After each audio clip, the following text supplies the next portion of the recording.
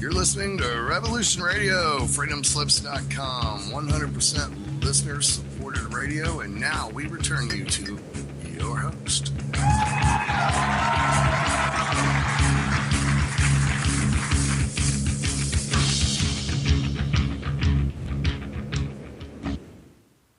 And welcome everyone to a brand new exciting episode of Adventures into Reality.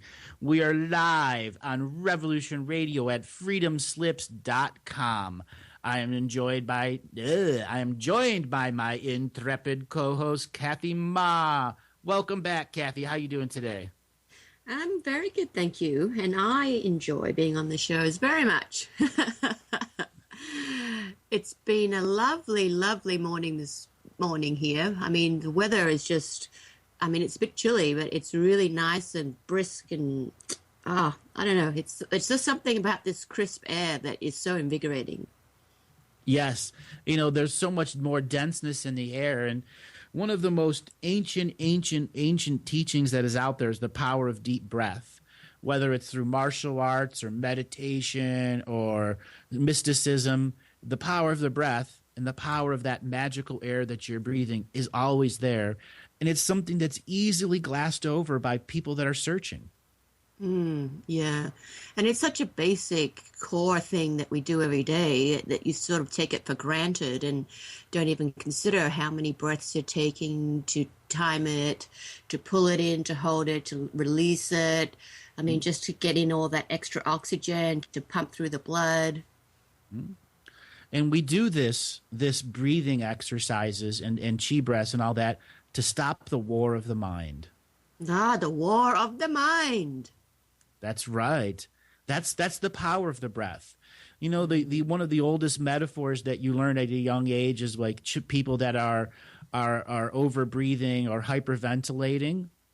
That is the negative side of taking too much oxygen, many short breaths. When one engages the long breath, where you allow all of your muscle structure to open up and oxygen into the deepest part of your lungs, that is the actual process of a full spiritual breath. It's amazing how much difference it makes to even just, awakeness in your mind as well. Just a simple 1 minute of watching your breathing. Yep, which lowers your heart rate, which has been proven in science many times over, the power of oxygen. Yes, the power of oxygen. Yeah. So when it comes to that, one of the techniques that's out there is hyperbaric chambers. Have you ever been in one? No, I've heard you speak about them, and I did actually look them up and do some research about it. It looks amazing. It seems so peaceful and tranquil as well. Is that how you felt? Oh, absolutely. Because when you go in, there's different versions. There's the metal capsules that you get in, and then there's these zip-up ones, which are like a plastic meshed fiber that's very, very tense. And when you get in there, it blows up. It increases the oxygen level to four density levels. So every breath of oxygen you're breathing in has five exponential times the amount of air in each breath. So it's like a 1.9 ratio. So as you start breathing through your nose, you have a little oxygen thing that just, keeps adding more and more regular oxygen as part of the recirculating thing, so it stays at its highest pressure. Some people get sleepy, some people don't, but this is where the deepest parts of your blood and your cellular structure get the most amount of oxygen.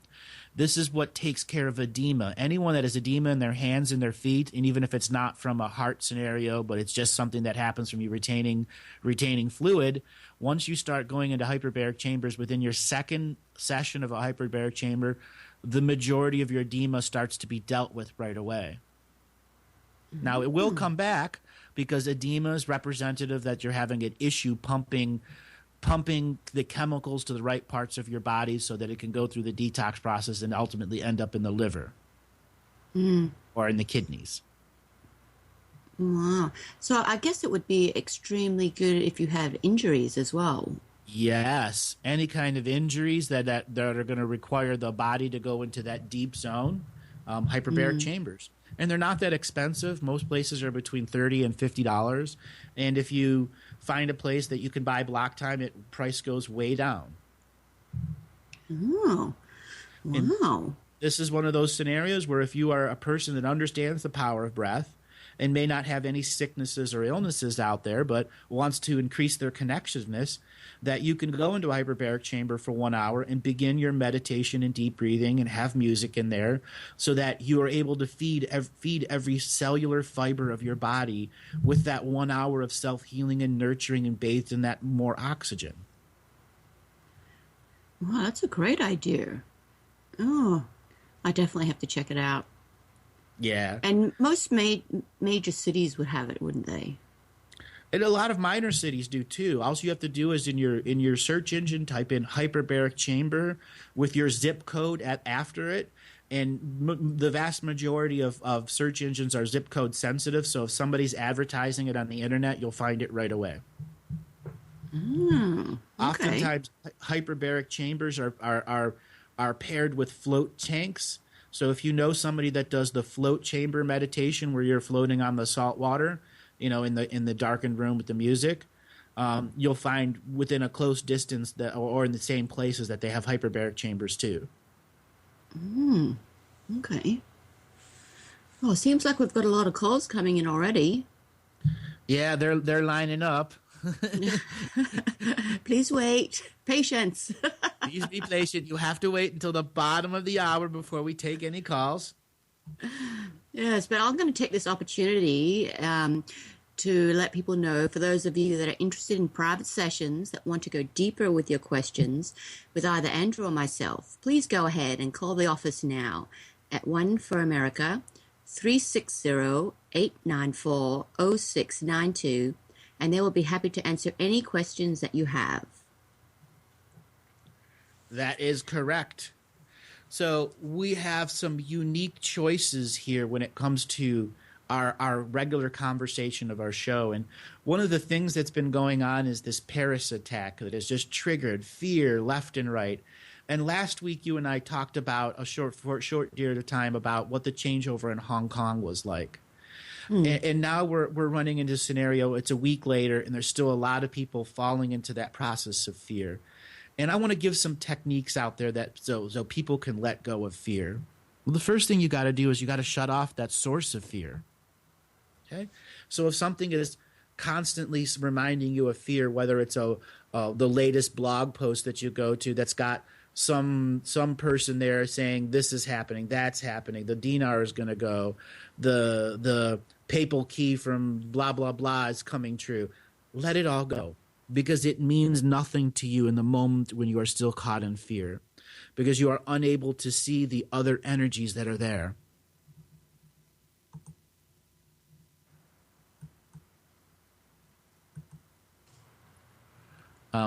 This is really weird. I'm being called by the studio. So am I. Wow, we really are multidimensional. I'm not getting that That's in on false my time end. or Maybe I can help. time. I'm getting some echo there, Steve. Sorry. It's because I unmuted, but I wanted to chime in. Like maybe I can help. Like Studio A is calling.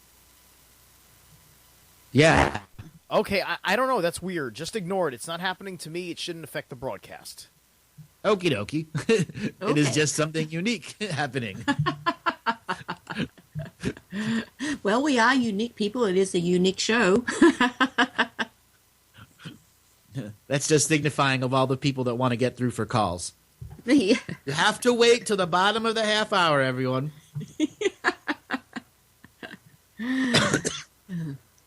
But certainly you're right, and you do need to keep calm, remain focused, don't react so knee-jerky to all the news that you keep hearing. And the next thing to do is you got to look at that email of yours. And if you've got all these updates coming from all of these sources of pieces of information that includes me, unsubscribe for a while. Why?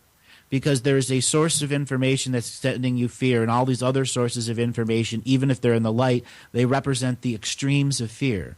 The opposites of fear is too much light, where you believe you fear nothing until one moment the fear pricks you and a little piece of blood comes out that says, I'm real, because the world that we live in, the debt-based world we live in, still asks you to be doing things. It asks you to pay your credit card bills.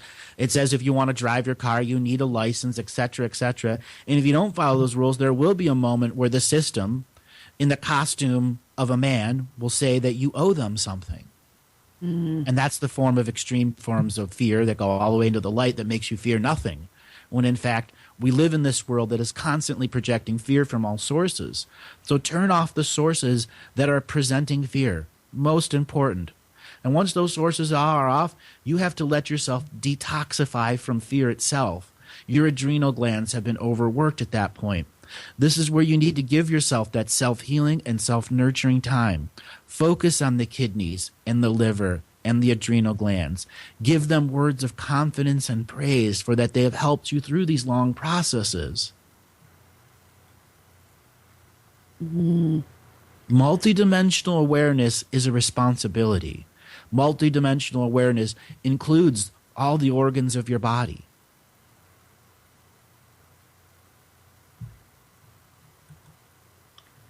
Such a simple way to look at it, isn't it? It's very difficult to remember it all the time. Again, it's that responsibility. What is responsibility? It's defined as the ability to respond. What is that ability of response? Well, it means I have a moral code that I don't allow exterior beings or my own interior beings to trounce over my boundaries and say I have no moral code. Yeah, certainly having your boundary and your parameters is a very good thing. I mean, we've all had our boundaries walked on, and then there are those people that walk on your boundaries to purposely create intense reactions. You know, in the business world, you saw that often. Yes, I mean, you know, it's like poking the bear, isn't it? In many cases, you know it's deliberate. And they want to rile a reaction out of you. And, you know, they know exactly how to do it. And it's a question of whether or not you will permit them to do that to you or not. Exactly. You know, that's why, in the metaphorical statement where well, that's let me get a better statement.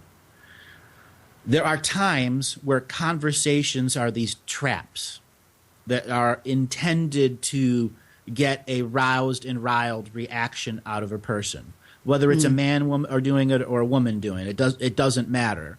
It's still a trap. Okay, you know, when the woman says, "Does my ass look fat in this dress?" Every man's going to say no. Why? Because there is a entrapment, entanglement in that metaphor. Vice versa. You know, the men say, "Do I look good?" before they go out, and the woman says, "No, your pants are wrinkled, this and that," and they just, dress them down because they weren't aware enough to just say, "Oh, I need a little bit higher quality here."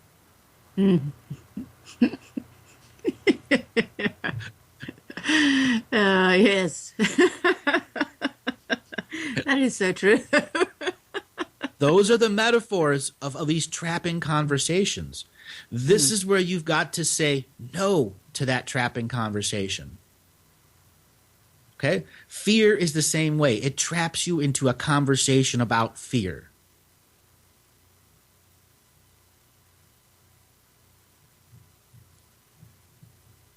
It's such a powerful emotion, isn't it? I know for the longest time you had a fear of snakes. Oh, sure. A lifetime. A lifetime of snakes. Yeah, literally a lifetime until recently. And then early this summer, you had a snake encounter. A giant snake encounter. I mean, I'm sure it was an anaconda. However, my friend who saw it said it was a huge black snake. Just a black snake, a southern black snake. Yes, exactly. They look mean. It was terrifying. They project fear. But ultimately, did it do anything to harm you? No. I mean, it did curl up on my door and raise itself, and I think it might have been trying to knock. I really couldn't tell you. It's like, "Hey, Kathy, how you doing? I need a reading." Yeah. Let me in. Let me in. Let's have some tea. I want a cup of tea. I know you're a nice lady. But no, I mean, admittedly, it didn't actually do anything except scare the bejeebies out of me. Mm-hmm. And I think it For had a eaten while. a few things too. Hey? So it scared you for a while, too. Oh, yes. I mean, I was terrified. I couldn't even open the doors for a few days. And I was on my own at the time, so that was quite terrifying. And till this day, I still put a white towel down on the back steps so I can see it if it goes there again. I know that's really obsessive, and I can open the door now without fear, but there's something still niggling in the back, like I just need to be pre-warned. If it's There you go. But I had a past life session with Debbie. Really, literally, not even 2 weeks afterwards. Fate is a very strange thing. So this happened, and I was up in Seattle, within 5 days of the incident. And she gave me a session, and I tell you, since then, that just thinking about snake doesn't terrify me the same. I used to not even be able to touch a picture of it in a magazine. But now, I'm not going to say I'm blasé, but that giant fear that I've had for all my life has subsided exponentially, and it's just amazing. And that was just one session. You were able to pop the bubble on fear so that it can't constantly be expanding in your aura.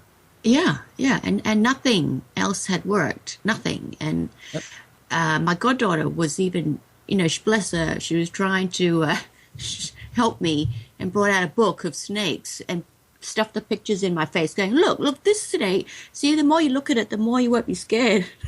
I was thinking, this isn't It's working. such a cuddly little snake, isn't he? It's really not working. It's got no arms and no legs and a mouth. All it does is bite to feel. And my goodness, are all these in America? What? Yeah, so I've tried lots of techniques and they've never worked before, but the past life regression is the only thing that I, did specifically over this issue, and it's just changed my life. And Debbie is fantastic. She's just got that skill. Yeah, she's got that skill and has been doing it for so long and seen everything under the sun. Yeah. So if anyone out there has phobias, you should definitely get a past life regression, preferably with Debbie because she's fantastic. Yeah. And you could also call the office number for that too. Yes, that's right. The office number, you can call to knock there, America code 1-360-894-0692. That is wonderful. So in about 10 minutes, we're going to be taking calls. So to finish up our conversation on fear, I'm going to talk about one of my fears. When I was very, very young, I had a particular fear about heights. And I ultimately conquered that fear by going as high as possible. There was a tree that I would climb when I was young, and it's in my backyard, and I would climb it all the way to the top, and I'd be inside it in like this nook at the top of the tree, and the tree would start to sway. And at one point, I kind of fell asleep, and I fell through the top of the thing and bounced off a bunch of branches, and then finally caught myself. And that's where that fear started from. And many years later, when I'm doing construction, I'm high up on a ladder, and I'm realizing all of this fear was from that one moment where I fell asleep and didn't hold on to the tree right, which is where my fear of heights came from. And it took me quite some time of going up on ladders and painting and doing drywall mud and having to stretch out with one foot on the ladder and hold myself in place to put one screw in. And ultimately, I conquered that fear by, construction business is a very male-oriented industry. So, they're constantly saying, look what I can do, look what I can do. And that male competition drove me forward into conquering that fear. I had a fear of spiders. Also, when I was young, I woke up during a dream, and there was this actual spider on my hand. But the way the light was shining in, my neighbor's house had this floodlight that would come on at 3 o'clock in the morning when he would leave for work at 4. So it would just, my room would light up. And anyways, the light came through the room and made the spider a shadow on the wall too. Oh. And I was doubly dream scared at the same time. And I remember smacking my hand against the wall to kill the spider.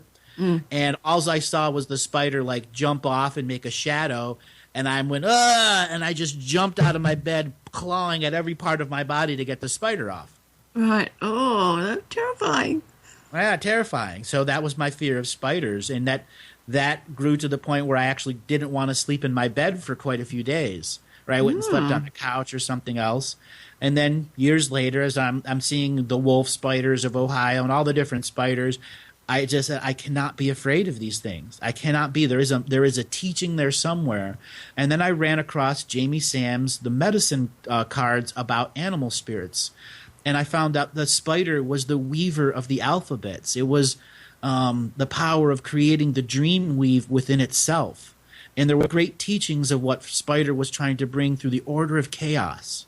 And that even though some spiders eat their mate, it is a lesson for us to understand. Oh. And from that point forth, I was able to make a relationship with the spiders. And have a different understanding and not be a raw fear of them. So what age were you when this happened originally? The spider, I don't know, I was probably 5 or 6. 6, wow. Yeah. So you had that fear and the phobia for quite a long time, yet when the understanding came, you could face it and talk to it and then merge forward in a more positive, user-friendly way. Exactly. I mean, that's quite an amazing story. No, it was my challenge. You know, could I be doing what I'm doing as the galactic historian with the Akashic record reader with a fear of spiders or a fear of heights? No, absolutely not. I couldn't. Do I have other fears that maybe don't affect the talent in the same way? Absolutely. Everyone's got fears. But there's the difference between what is a fear of knowledge or what is a fear of what you can do for your own with your own knowledge.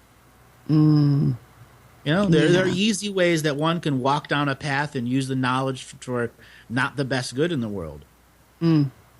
So those are different forms of fears.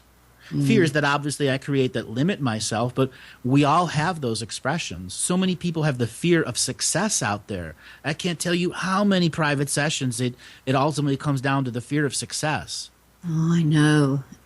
And it's an amazing thing to realize about yourself that you have that fear, because in your logical mind you want it, yet you don't comprehend the emotional part of you has that fear.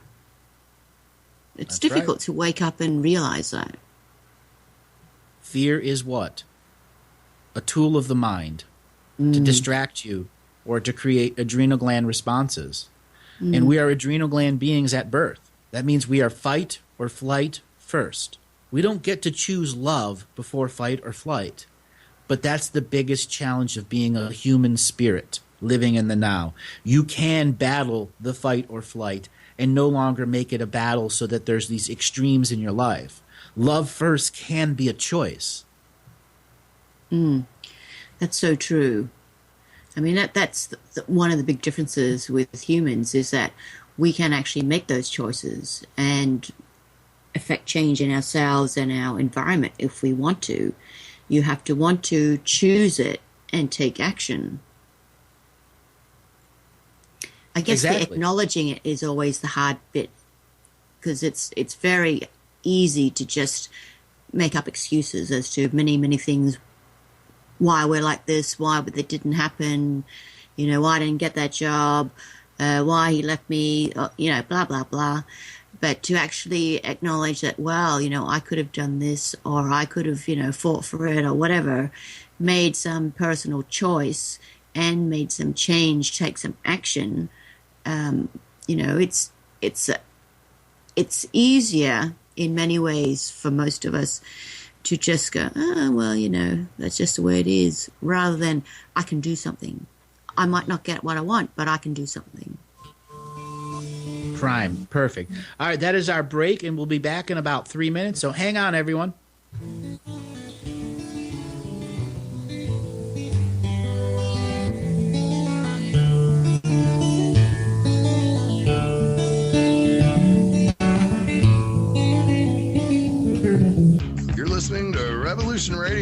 freedomslips.com, 100% listener supported radio. Now we return you to your host.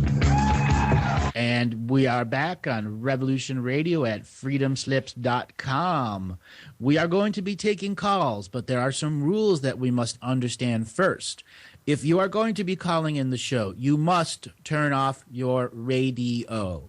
You will be hung up on if you are making noise in the background. So please find your mute button. If you have no mute button on your phone, please be as silent as possible.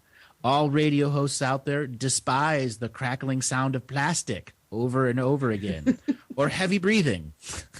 So please, if you want to call in, turn off your radio and understand that we want everyone to be able to call in. So if you called in last week or the week before and got on the air, please be honest and let some other people call in.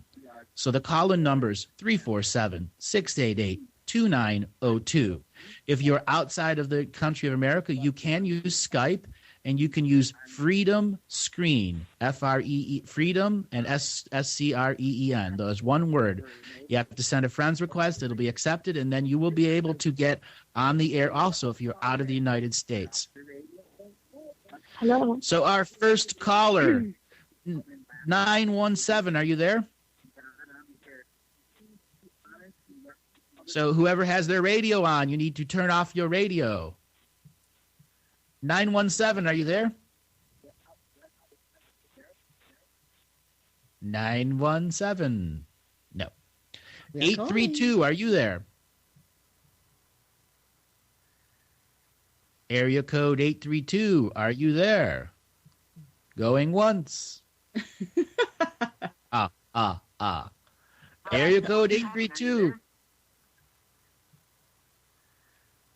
All right. Whoever has their radio on, you need to turn off your radio. That would be you, 845, with your radio on. 845, are you there? Area code 845. You are calling in to Adventures into Reality. Are you there? No. It's going to be one of those days. It's going to be one of those days. Area code 757. Are you there?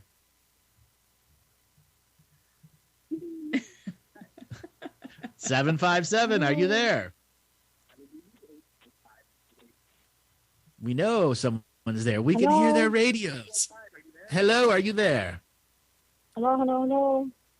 757. Hello? Are you there? Can you hear us? Hello, I can hear. Hello? Hello, your name and where you're calling from. Hello? You have to turn off your radio, ma'am. Hello? Wow. Hello? 917, are you there? Hello? Wow. What a radio day. I know. 808, are you there? Area code 808. Hello? Oh, 207, are you there? Hello? You need to. Everyone needs to turn off their radio. 207, your name and where you're calling from? Hello? I can hear you. Can you hear us?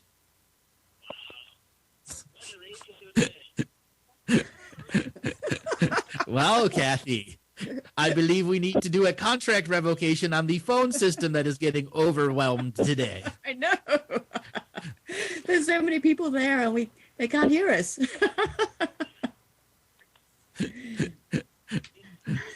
So 808, are you there? Nope, 808's gone. 757's gone. Oh, 808's back. All right. So, Ms. Kathy, while Steve is trying to figure out what is going on in the background over there, I believe it's just Skype getting overwhelmed. Yes, well, So, I guess fear. maybe This is one of those live radio show fears. It is the war of the radio. The war of the radio, exactly. Yes. Not always war of the mind. Sometimes the war of the radio. Of the phone system that doesn't want to work.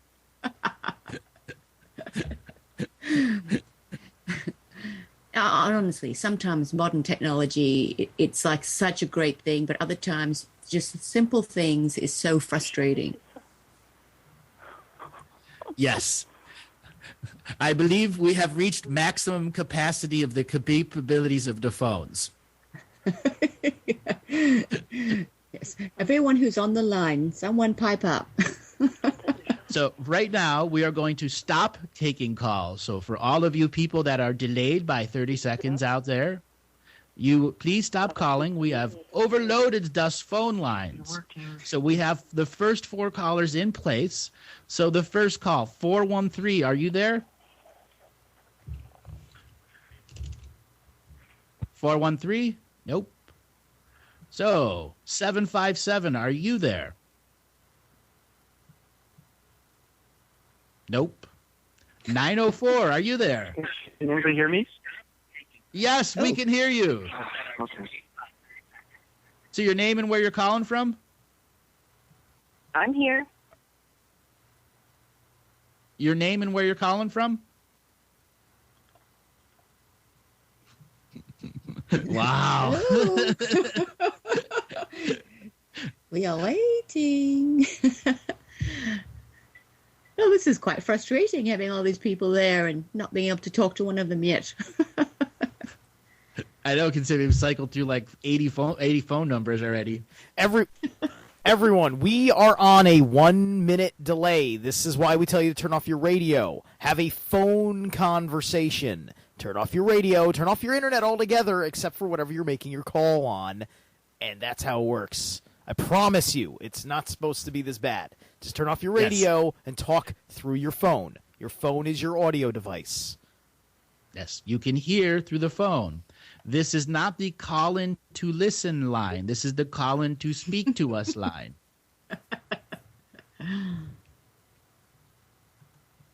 Got it. Hey, your name and where you're calling from?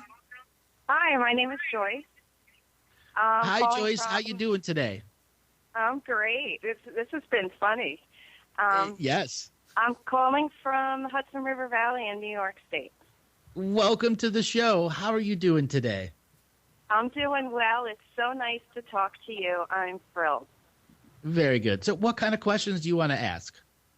Well, so many, but let me just ask a basic question about, I've been living on my property for a really long time, longer than I've lived anywhere, and I was wondering if there's anything I could do to just make this place be a nice, peaceful refuge. It already is, but just looking for some insight. Okay. Have you done any ceremonies on the property? Yes. Recently, I did the bank revocation, the divine feminine, but not a lot of time on that. I had a little fire ceremony. I like the salt and the sage. That helped me get some deep sleeps that I needed to catch up on. Mm-hmm. So when I'm tuning into your property of your land, is there some type of border dispute going on? Not really, although my property is it's large and it does go through quite a few people's backyards, I would say. Okay, so what I'm sensing here is there's a tremendous amount of border dispute when it comes to the unseen realm. So oftentimes the seen realm, the world of banks and politics and governments, etc., put down these boundary lines that are completely opposite of the ancestral karmic resolution lines that are always there, whether it's the rabbits, the dogs, the cats, the deer, the elk, or whatever else lives in that particular area. They all have their own individual grids that they work with this modern grid overlaid over top of it, which makes a great confusion. So walking the boundaries of your property is very important in beginning a process of self-grid work on the property. break the property up into like 12 or 15 grids, get an overview map of it, and just kind of like pencil in something that's, like big grids. So, grid 1, 2, 3, 4, 10, 12, whatever. And that each month or every other month that you try to go and walk on 1 or 2 grids, and then bring a object of prayer to those areas of border dispute. You'll begin to understand them because the squirrels will be fighting in particular areas. There's just noises that the forest will tell you about where the border disputes are. Another very potent thing to do is, now that winter is coming, you can make birds' nests out of anything from cardboard to scraps of wood. It's important that you on your property spread as many empty birds' nests as possible, so that when the first heavy snow comes, that any of the birds that are caught out in their last attempt to gather food have shelter. Because as the winter continues and continues, these birds will start to use these shelters as respite points, and which will create a very positive flow of energy all throughout those areas that you can spread these little things as empty birds' nests. That's wonderful. That's wonderful. Do you suggest that maybe I get some crystal grid work on the land? Yes. If you want to go that far, my first suggestion is you're going to need to find some black tourmaline pieces, some that are not too expensive. You can buy it at the lower grade, which is kind of called charal or charal. That's fine. It's just a lower grade of black tourmaline that doesn't have the ridges on it. So you're going to get a handful of it. Again, it's pretty cheap. And you're going to want to do as many blessings and prayers as possible over it. And what the black tourmaline charal is going to be doing is going to be assisting the land's ability to digest negative energy. So Great. If something dies in the area, which happens all the time, whether it's a raccoon killing a mouse or a hawk killing a snake, it assists that closing of that death portal. Great. Oh, great. That will go a long ways to keeping predators off of your land. Oh, that's wonderful. The coyotes are frightening in the middle of the night. I hear them. Yes. Hooting So and howling. if you're having a coyote scenario, what I very much recommend is go to one of your good landscaping stores, or you'll have to go online and you can actually buy puma urine. Yep. Big cat urine. And you have to selectively use it. So this is something where you would do some form of contract revocation ceremony over the puma urine, and then selectively put it in the spots that you begin to pay attention. All right, the coyotes are in the northwest corner that night. So the next night I'm going to go into the northeast corner, and I'm going to make sure that I'm going to put this puma piss there with my contract revocation beyond it, because eventually the coyotes are going to learn that you're predicting where they're going. And that means you can use the puma urine to your greatest advantage. You are psychically stalking them, therefore they will leave your property and go to someplace else that stuff's not there. That sounds great. That's really wonderful. I know they don't have a large space to go to, but if my intention is to get an animal, a dog or something, I would be afraid. Or if you had a grandkid out there. Yeah. True. It's wonderful. I have lovely red-tailed hawks. I have wonderful wildlife around here, but I understand what you're saying about the death portal, because there is a lot of life and death in this area. Yeah, it's a struggle. Yeah. Underlying phone wires. I've noticed on the plans, and I've been here almost 20 years, so I want to make sure everything is good. I didn't know if I should do grid inside, but I like the fact that I can go around the property and. Yes. So another thing you can do is do the four corners of the property. So just like you would do the four corners of your room, you just go and do a ceremony at each of the four corners, and at the end of it, the main entrance way where you get onto the property is where you have your fifth ceremony. And that completes a complete circle of awareness around the whole property. And it stops beings from entering you through your front door or your front energy point. Right.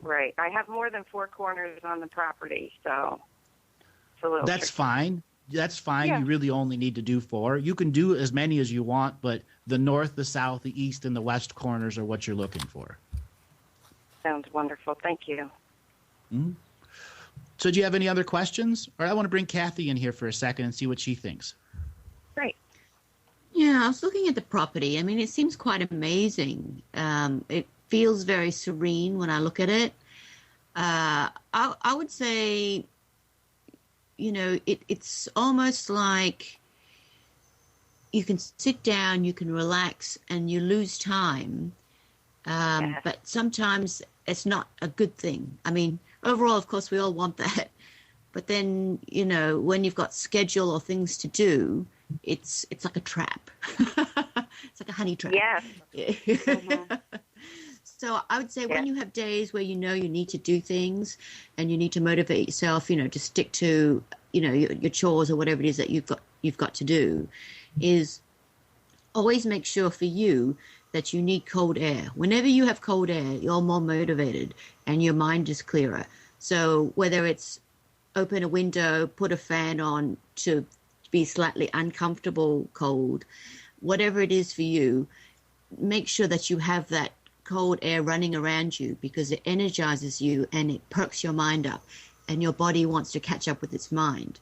It's just a little trick that you can get when you're too tranquil. And then, sorry, go on. No, I understand that, yes. Yeah, I envy you though. I can see how tranquil it is. Yes, I mean, I'd like to do that. Yes, it's a pretty great place. It's very warm as well, with the sun shining through all the windows. So. Another thing I would like you to consider is somewhere near your house, but outdoors, not far from a window that you open, can you grow lavender? I do. I have lavender, yes. Oh, good. Well, in that case, if you've already got some, I would get some more. Make sure that you can smell the fragrance from the window, because for you, that's a very calming energy. So when you have anything that's going on and you're slightly stressed or you're confused or your mind is clouded, it will always help you. And I think also over the next 2 years, you'll be more prone to, like flus or colds, etc. So just having that energy and that smell and the healing properties come in will really help you keep things under wraps and be less affected by your environment and germs.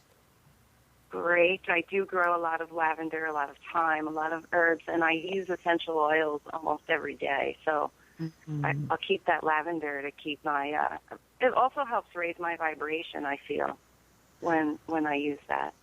Oh, I would agree, because there's certainly something about lavender and you that gel very well. So certainly always have a plentiful supply. Great. That's. I always knew it, but it's nice to hear you say that. So now I really know it. And So another thing I got one thing for you. Have you ever heard about Native American smoke signals? Yes. Have you ever seen anyone do it? No. I want you and any other callers out there that have a big piece of property that really needs acknowledgement to look up on the indigenous process of smoke signals. This entires having a rather wide fire, but not necessarily super hot, and where you're going to be putting wet leaves and you're going to be using a blanket with 2 or 3 other people to create a puff of smoke. And that puff of smoke, when done correctly, can be very thick and go several hundred feet or several miles into the air. Let's just say that. Think about this process and find somebody, 1 or 2 other people that could assist you in this, because you are going to be giving messages to the sky people, and your land has been used that dozens and dozens of other times. And it's not the message to the other human beings that are observing it. It is the message to the sky beings. And all of the trees in the area will be a part of that process because it is their wet leaves, their leftovers that will be going into that process of spiritual communication. Just like sage is the communication medium point to the auric field of the person to change and sage out a person or in a building, you with smoke signals from your particular power point on your property could effectively sage 20 miles in radius just by sending those smoke signals up into the sky. That's wonderful, like a peaceful beacon. Yeah, a peaceful beacon that has an omnidirectional beacon of like sage-type release going out 20, 30 miles, yes. And the key is smoke. It's not about the fire. It's about the heat, the dry heat that's rapidly creating the smoke of the leaves. And not having too wet of leaves on or whatever it is that you're using that's creating smoke. Yes, leaves. Okay? Yeah. Great. So too hot of a fire will burn up the smoke of lavender. Therefore, it has to be a very just ember-based fire so that it can create lots of smoke. And then there are other tools you can use to make the smoke go faster, like a blanket with people holding the four corners and lifting it up and down so it makes like a billows attempt on it. Yes. Okay? Just Yes, contemplate that. Really contemplate that. And as winter comes, being able to do smoke signal rituals in the winter it'll amplify your healing effects and grid work on your own land and everything around you manyfold. That's wonderful. That's a brilliant idea. I will definitely contemplate on that and gather a few key people for that. Very good. Thank you. All right, we're going to try to move on to the next caller. Good luck. Thank you. We might need it. All right. So next caller, 904. Are you there? I am. Yay! Welcome to the show. Your name and where you're calling from. My name is Amy. I'm calling from St. Augustine. I spoke with you last week. Hi, Amy from St. Augustine. How are you doing today? I wanted to thank you again for last week. But one thing that in my excitement that I had forgotten to ask was just I wanted a quick reading of my Akash because I really have no idea where I came from. You have no idea where you came from. I have no idea. Does it really matter? No, but I've listened to you to so many of your readings of so many others, and I guess what I had thought of myself is that I feel as though I'm more of a crystal, but I'm just not sure. Well, we are limited in our English terms. So words like indigo and crystal have certain meanings to certain people. And you don't apply to any of those meanings. So identifying you as a crystal or an indigo would do you disservice. What I can tell you about your particular type of being, you didn't come to Earth in a single process. You came here over 1,000 different processes. You had been separated into a being that chose 1,000 different lives and 1,000 different worlds simultaneously living. And then like a giant accordion, one by one, different versions of yourself came here and began living on Earth in multidimensional format. Until at one point in the Divinity Wars at about 4,200,000 years ago, you became entangled with the Andromedans, the blue people, who gave you the rest of the big message of how to connect your 1,000 parts. This puts you onto the divinity path where you were a divinity path birther so that you could birth in your own soul shards so that they would not have to go through this long about process of finding you. This started a long movement of other beings who were in similar concepts to you, saving these techniques so that they could do divinity path self-birthing. And what this means in the bigger scale is once we finish our awakening process, you are going to be one of those individual beings who knows at a heart level of how to help people birth their own selves in. And this is not giving birth through the fetus. This is giving birth through the heart. Thank you. Okay. One more question. There's someone close to me in my life that seems to have made a drastic change over the past couple of years, almost as though he's gone and someone else came in. and I'm wondering if I'm ever going to get my child back. How old is he now? 23. When did it start? About 2 years ago. You still got a long way. You haven't lost him yet. I figured that. It's about that age. You must understand that everything that he's doing now is a spiritual contract. So no matter what you do to try to stop it, you'll make it worse. No, we're not doing anything. We've let him choose his own path. And make it worse. He is in what I call perverted love. Everything that he's ever learned about love is upside down and inside out, and he's acting in the fully rebellious form, acting on false love information. Mm-hmm. So he's going to be very susceptible to other women with that type of false love wounding going on with him, and which makes him, once again, very gullible and susceptible to intervening negative spirits, whether it's drugs or women or whatever else it's going to be on. And it's got a ways to go still in him. Kathy, do you have any perspective you want to bring in? Yeah, I was just looking at the sun's energy, and it just seems to be so much confusion around him, within him, around him, in his thoughts. I do agree with Andrew, though. It's going to be a while yet till you see some shadow of his former self. It's a process. I would say don't be disheartened. There's not much you can do about it or help or anything like this. But it will get a bit worse before it gets better. But he will get through it. Just stay strong. All right, that is our break, and we'll be back after the top of the hour. Hang on, everyone. You're listening to Revolution Radio, freedomslips.com, 100% listener-supported radio. Now we return you to your host.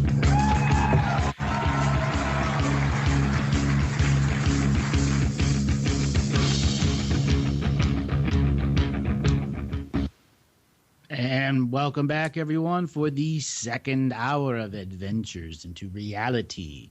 Want to remind everyone, Revolution Radio at freedomslips.com is a 100% listener-supported station. That means there is no big commercials. There is nothing out there that says they are corporate in any way, shape, or form. So if you like this form of broadcasting that it is not corporate in any way, shape, or form, please stop on by the site support button and help the station get along. Thanks a lot, everyone, that has given any support, and we are looking forward to a long-lasting relationship with Revolution Radio where we go deep into all of the different callers that are out there. So we're going to go back to our calls here. So remind anyone that's going to be calling in the future, you must turn off your radio. The player button must be off. This number that you are calling is a call-in to talk to us number. That's 688 347-688-2902. That is the call-in to talk to us number. It is on a delay. So as soon as you are ringing the phone, your radios must be off. If you are making any form of excessive noise in the background because you can't mute your phone, we are going to hang up on you. We've had a lot of calls where people are making this mistake. You are on a live radio show. So, live, 917, are you there? 917, I am here. Yay, welcome to the show. Your name and where you're calling from. My name is Chris, and I'm calling from Brooklyn, New York. Chris from Brooklyn, New York. How you doing today? I'm doing great today. Actually got a new job today, which feels real good. Funny enough, I am not as proud of my job as much as the person that I've become. So I've improved myself a lot. I'm definitely more proud of that. Hello, yes. And things are good. Yep. So what kind of questions do you want to ask today? Okay, so post me arriving home from my interview. My wife was listening to an audio on YouTube called the Pleiadian Message. Would you be familiar with it by chance? There's many Pleiadian messages, and I don't pretty much watch any of them.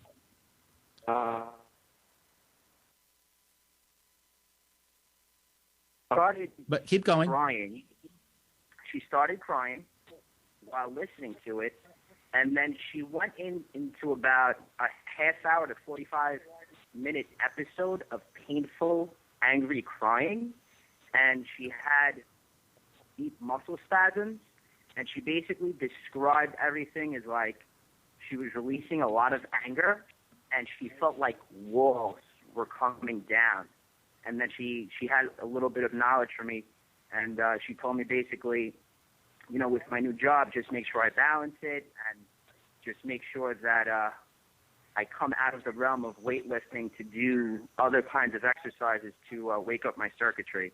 Do you get anything from that? Everyone's message is individual to their own.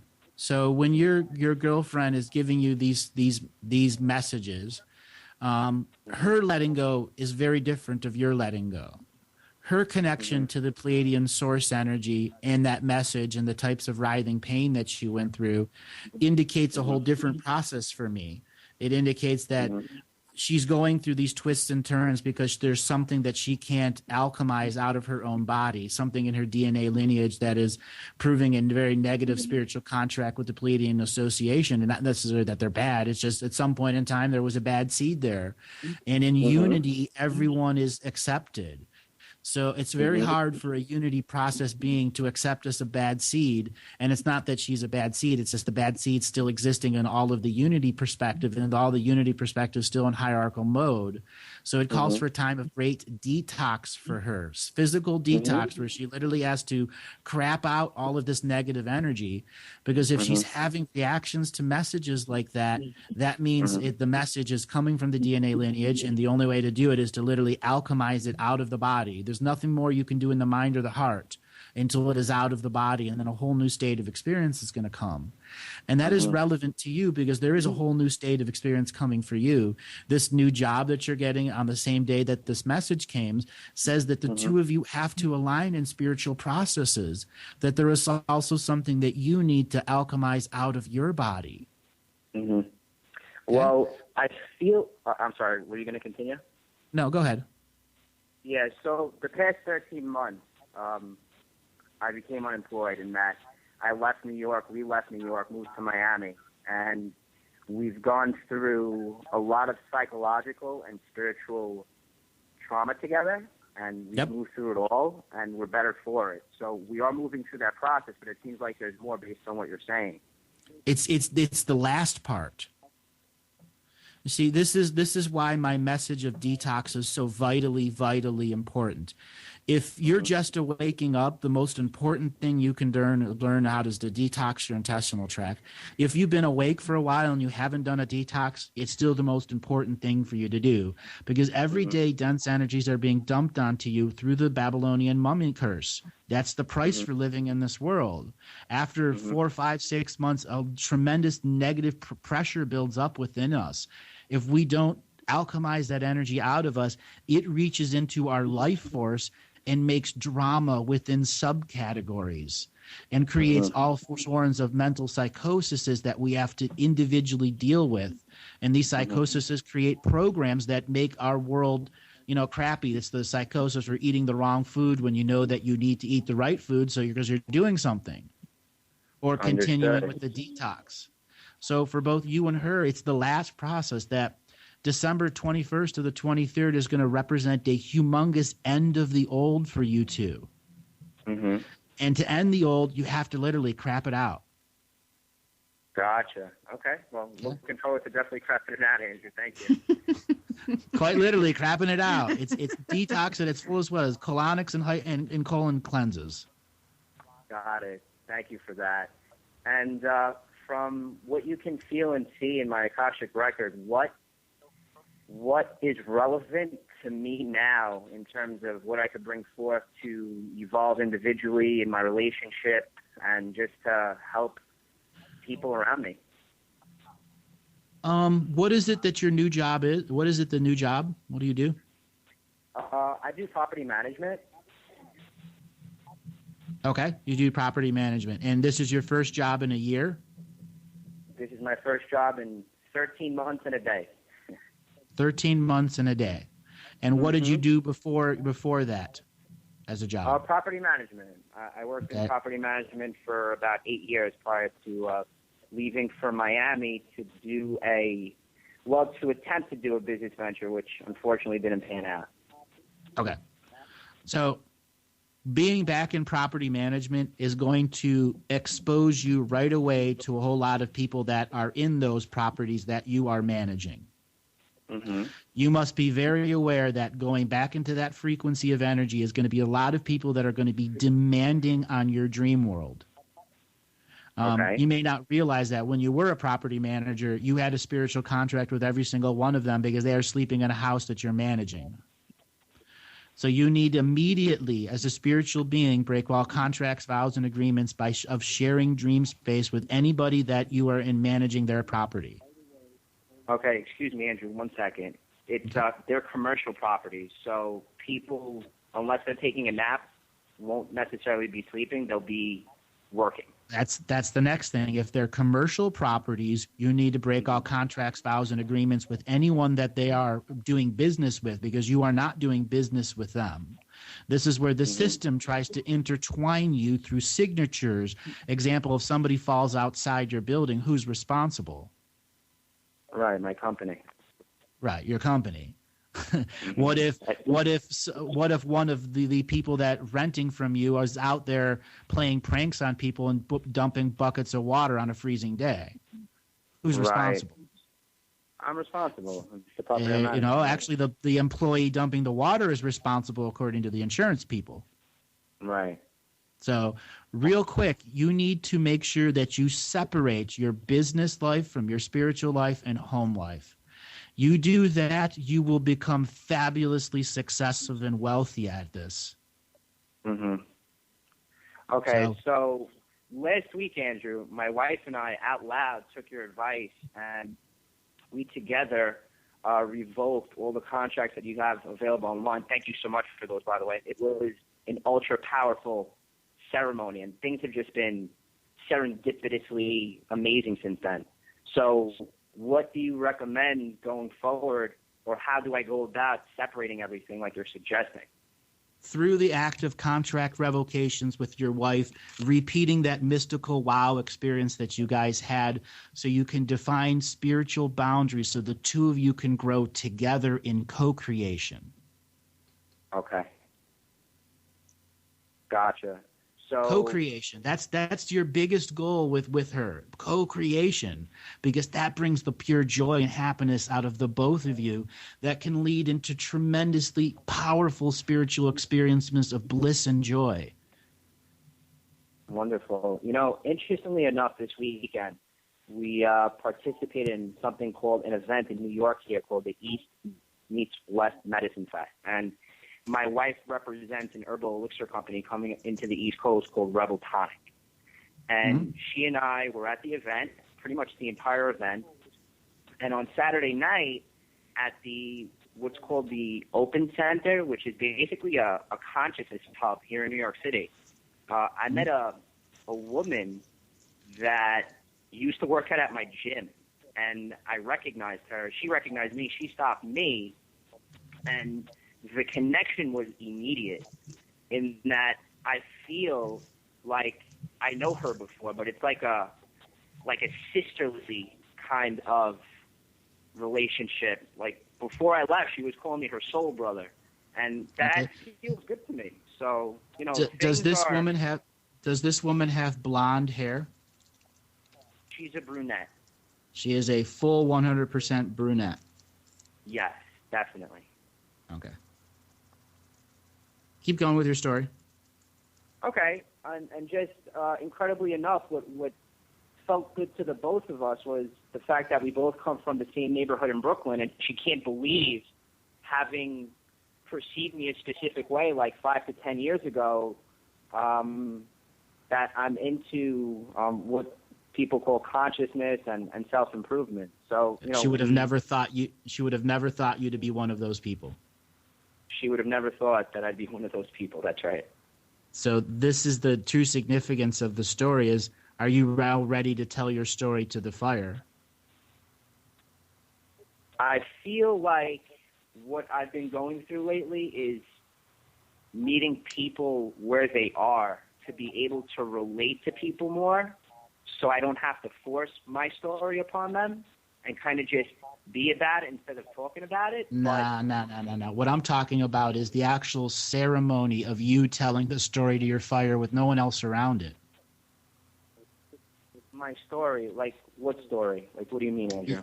What you can do is on my website, when you sign up for the website, you get a free teaching called Essential Teaching, and it's about telling your story to the fire and all about the detox and all that. And telling the story to the fire is an actual ceremony that you do where you're having an outdoor or an indoor fire, and it's not candles, something that's actually going to burn for a couple hours. And you go through the process of remembering just about everything that you can do, and you try to get to 65 or 70% of your memories. You know, it's not necessarily about your third birthday or your fifth birthday or stuff like that. It's what did I do when I was a kid? You know, all the different phases that you can go through, and bring those up, because it is your conscious activation of memory that makes them now sacred memories that are a part of your full presentation of the being that you are. You maybe have heard me say we are always broadcasting who we are, what we are at all times. When we add more of our self memories to our outer aura, we are telling the universe and the system, I do remember. And with that acknowledging of remembering, more of your own power from the past comes back to you through synchronicities. The fire is an elemental being. You are saying to literally the elemental being of fire, this is who I am. And you are earning its trust so it can share its elemental warmth of its truth story to you. Understood. And to answer your question, in that case, I am ready to tell my story, most definitely. And today would be one of those perfect days. 1 year and 1 day to the event. You got a job. You did the contract revocations. You know, like I said, just find an outdoor fire or an indoor one, and just even if your wife is there, it doesn't matter. Just start remembering as many memories as you can, and write some of them down. The good ones, the bad ones, all the lessons you've learned, the victories, the defeats. Oh my God, what was life before I learned how to drive? Right. Okay. Beautiful. I'm definitely going to do that. Thank you for that. And funny enough, this woman that I connected with this past Saturday at this open center, she asked if my wife and I would be interested in speaking to groups and telling our story, which is incredible. So there you go. There you go. Even more synchronicities coming through. Exactly. Wonderful. All righty, brother. Thank you, sir. Kathy, I want to bring Kathy in here for a second and see what she thinks. Okay. Thank you, brother. Well, I look at you, and I have to agree with Andrew about each person's journey is unique to them. What your wife experienced and her message that she got from it and the release that she went through is very unique to her. And the messages that she got, I would say almost the way I see it is more, it was for her and her to understand and to hear, not necessarily as important for you to understand what she's trying to tell you. And by that I mean that sometimes, when people get messages and they feel they need to tell someone else, it's the act of telling it to someone else is the therapeutic part for them, not necessarily for you, because it's like Chinese whispers. By the time you've got the information, it's not exactly the same as how she may have received it. So often messages like that are more about for her than for you. Understood. And when I look at your situation at the moment and all the energy around you, I think that you're going into a really exciting time. It's really kind of not, I'd say, really where you wanted to be. I mean, it's a good situation, but it's not an ideal situation in terms of you choosing what you would have liked to have gone forward with. But I think it suits you for now. It's a means to an end in many ways, and it will teach you something very interesting about yourself that you didn't realize. and in a very mundane way, which is a good thing because having more insight about yourself is always a very handy tool to have. And to jump back to when you mentioned that you went to Miami for what do you call it? Business venture. Sorry, my mind just went blank for a minute. I think it was all about timing. I don't think your concept was wrong or what you were trying to do was wrong.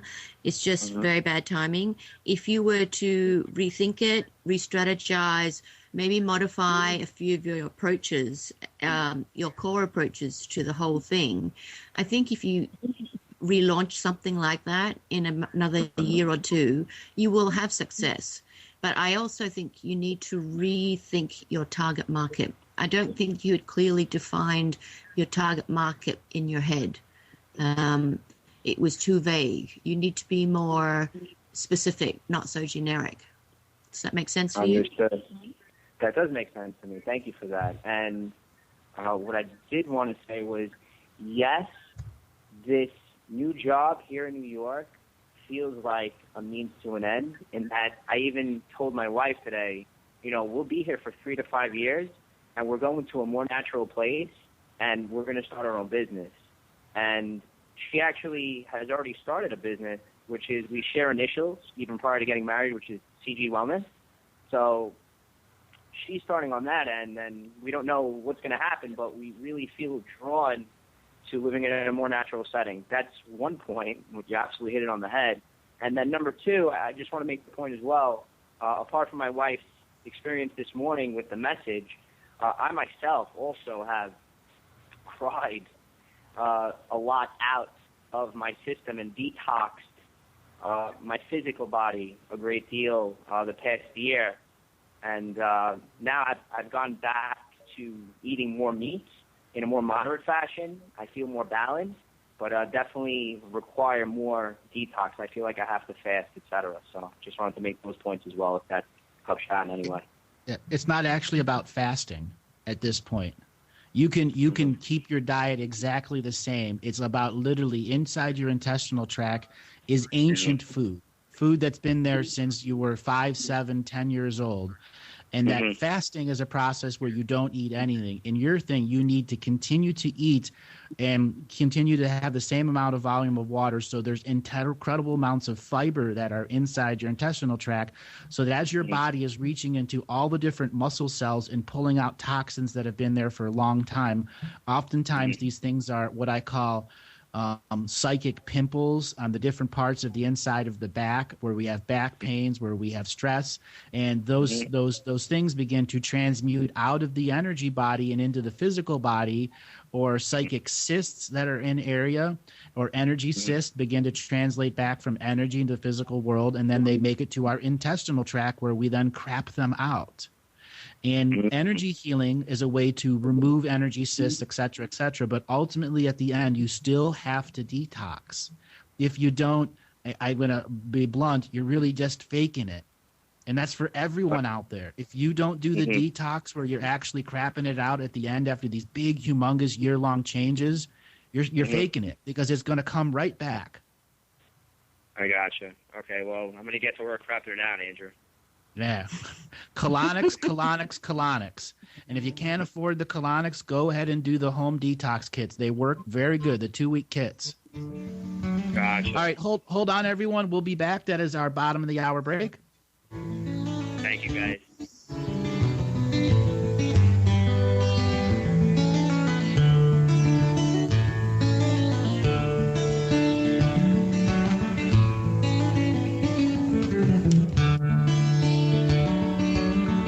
And now we return you to your host.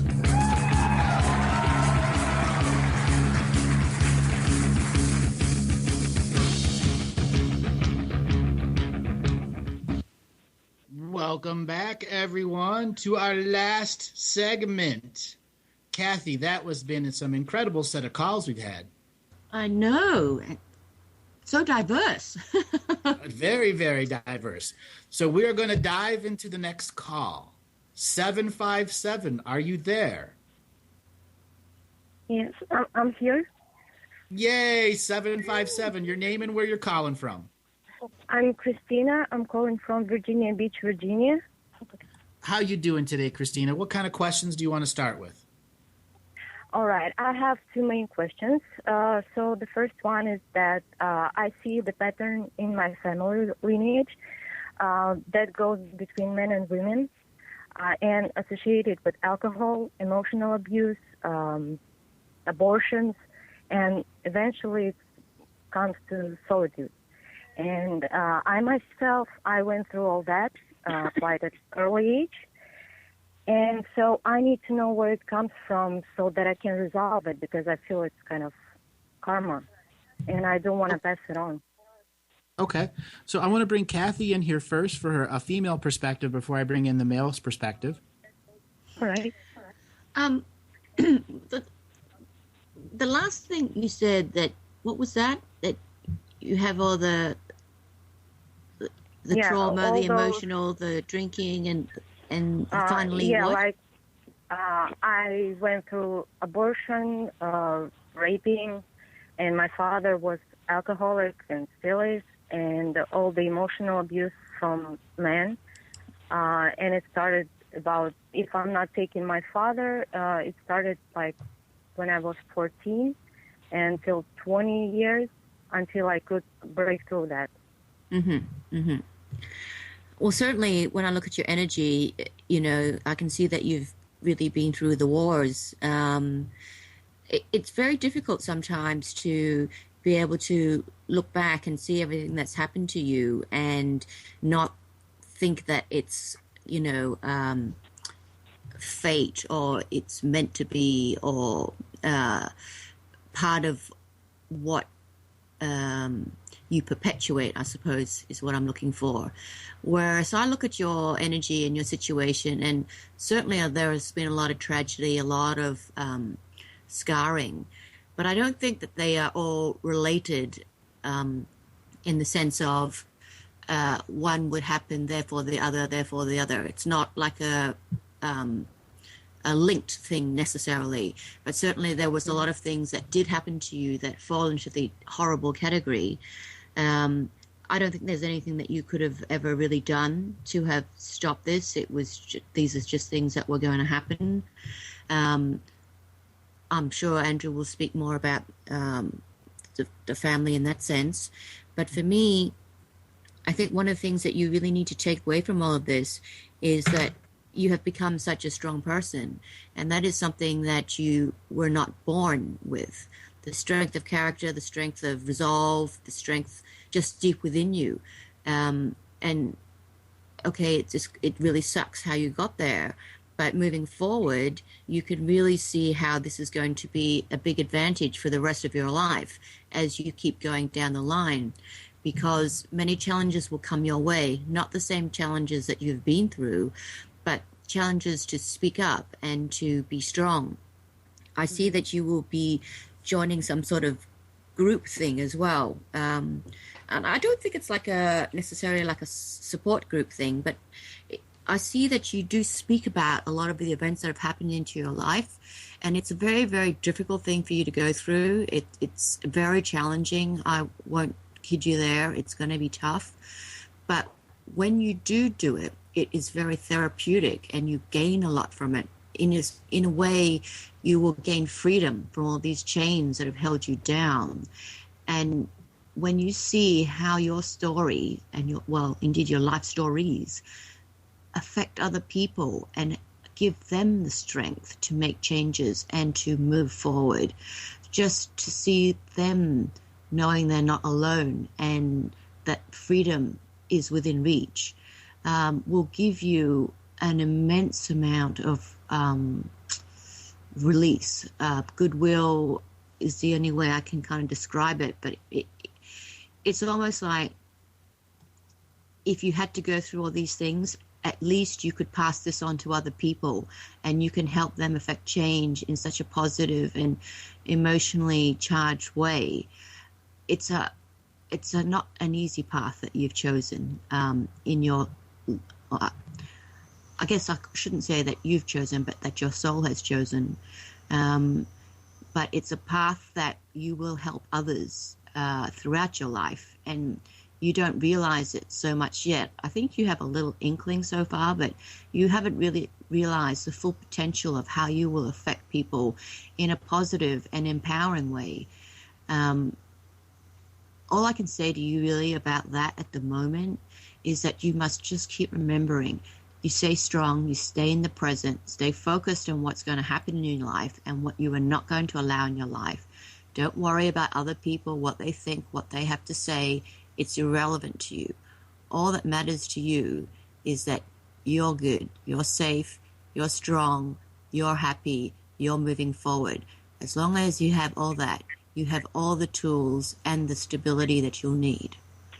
Does that make sense for you? Yes. Yeah, it is exactly that what I'm doing, and I do feel that I just learned all the lessons, and I thought that I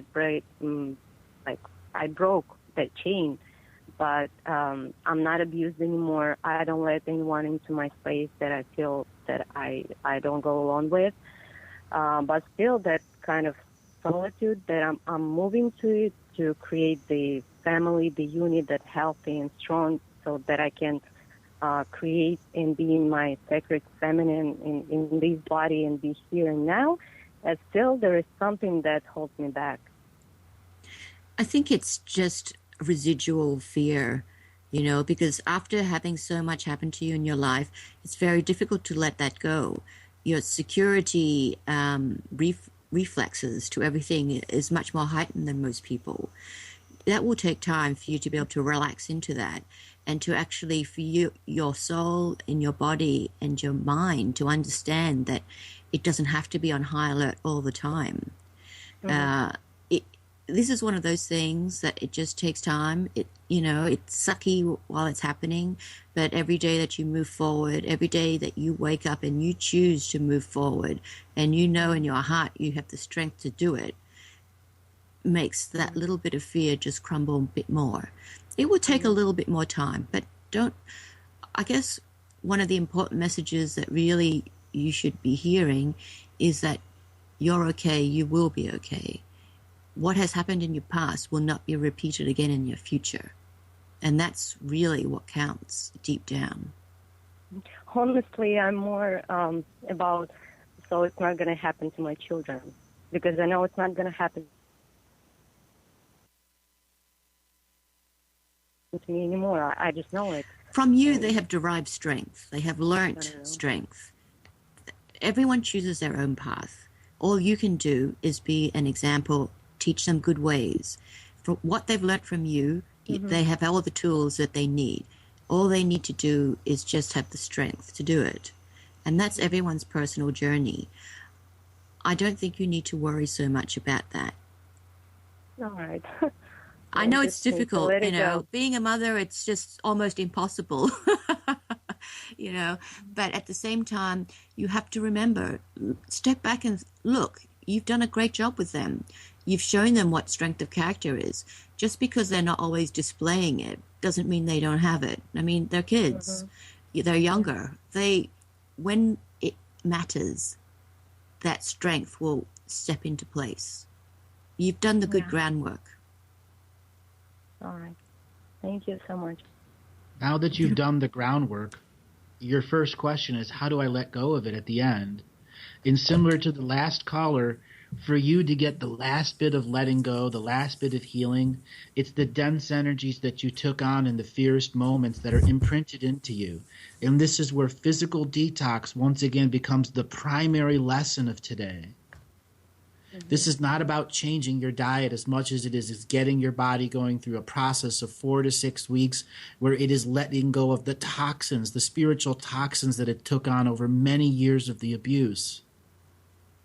Whether it's self-abuse or external abuse, it doesn't matter. All of that needs to be alchemized out of the body because it's stored in our muscle, in the cells of the fibers of our body, all of the negative experiences we have.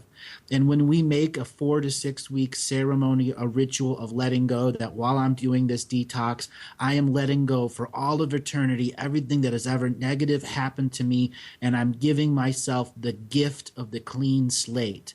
with a common moral code that I now have earned. Everything that I've learned in the past is now my teacher. Everything in the present is my creation, and everything in the future is my inspiration. Mm-hmm. So then my second question is quite similar because I had a problem with my gut since I was born. So it's all related, right? Absolutely all related. Because as Kathy was saying, there was nothing you could have done to stop this. This was a spiritual contract that you came in with as a soul to experience that. But you've also experienced I accepted it. Yeah, dozens of other lifetimes you've gone through it, and by the same abuser in different lives, so that you could make sure that you got out of the thumb of control and were an empowered sacred feminine who knew what it was to live in the worst of this world and how to get out of it. Mm-hmm. Your story is vital. Yeah, go ahead. Your story is vital to tell so that you know it, so that no secret part that you never wanted to think of again can raise its ugly head and give you fear in a moment where you should be shining in life. Mm-hmm. You know, so that what always is the best way?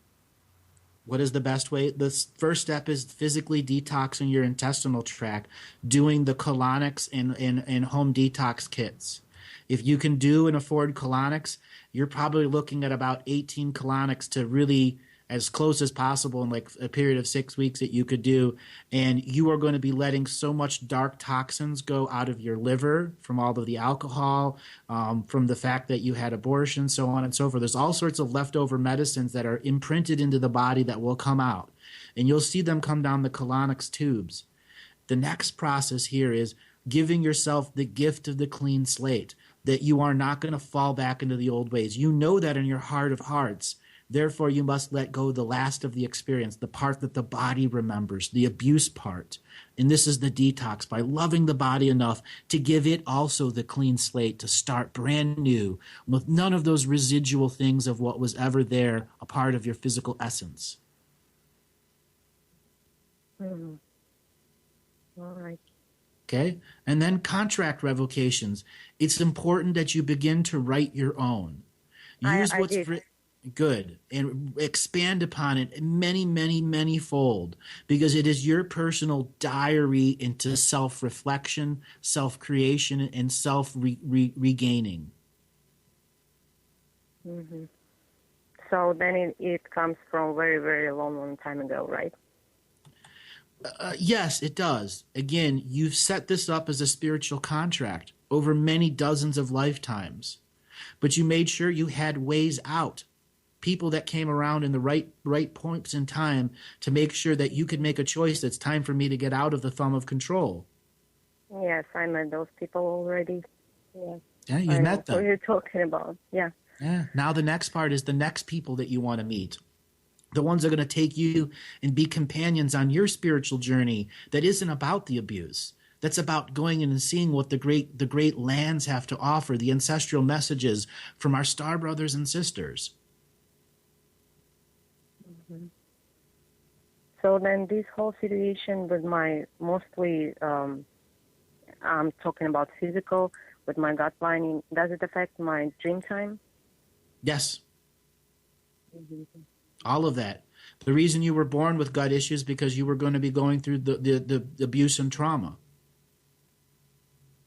Mm-hmm. All right. I understood. Okay. You have a huge future ahead of you. And this is the moment of the now where you cannot allow the hugeness of your future to pale the comparison of what you've went through. Because you're still fresh, you're still raw, you're still going through the last of the last. I've let it go. I'm ready to live that new life. And you just can't live life fast enough right now because there's still some dense energies inside you holding you back. You can't run at your full speed. And as you begin to detox your intestinal tract and get your gut health back together, you are going to be able to have these moments where you have that spiritual dash energy, where you can just run right into experience and have some beauty and bliss through meditation. And then as you come back into your body, you realize that, oh my God, the old dense energies held me back like a chain on a wall from ever running this fast.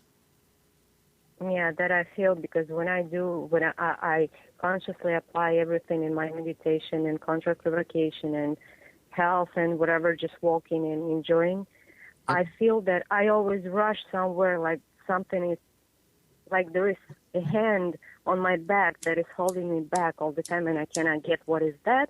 And still, then I get that there is a feeling that it's from there. I still have that fear, though I think I'm not afraid anymore. But Right. I'm just lying to myself.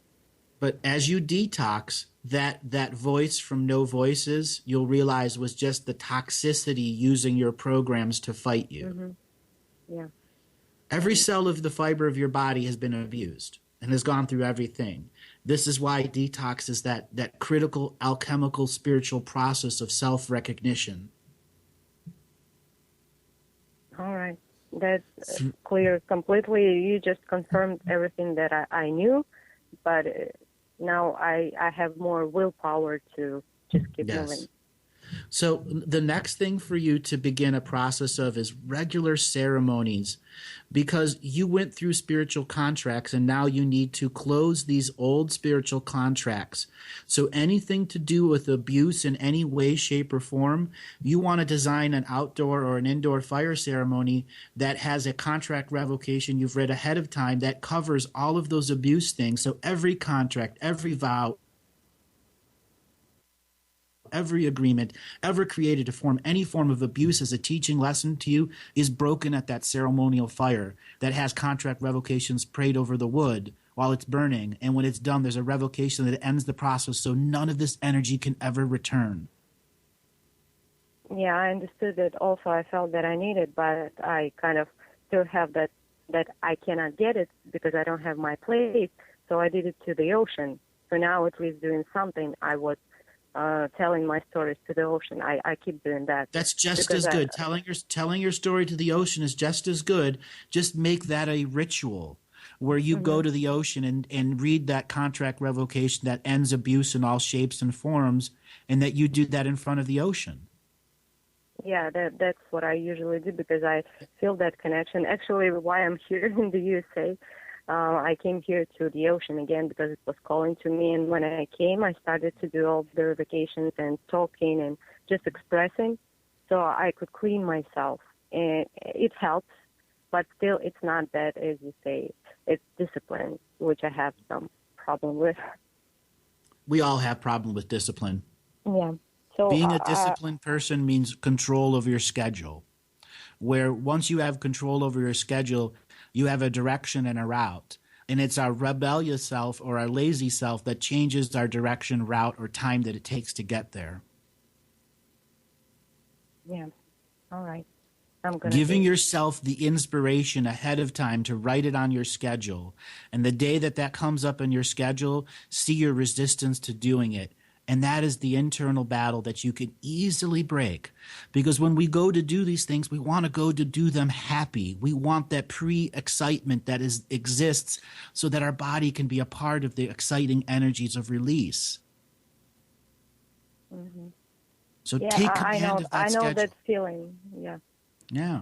When you're excited, there's a concert coming up. Ooh, I'm all giddy about the concert that's coming up.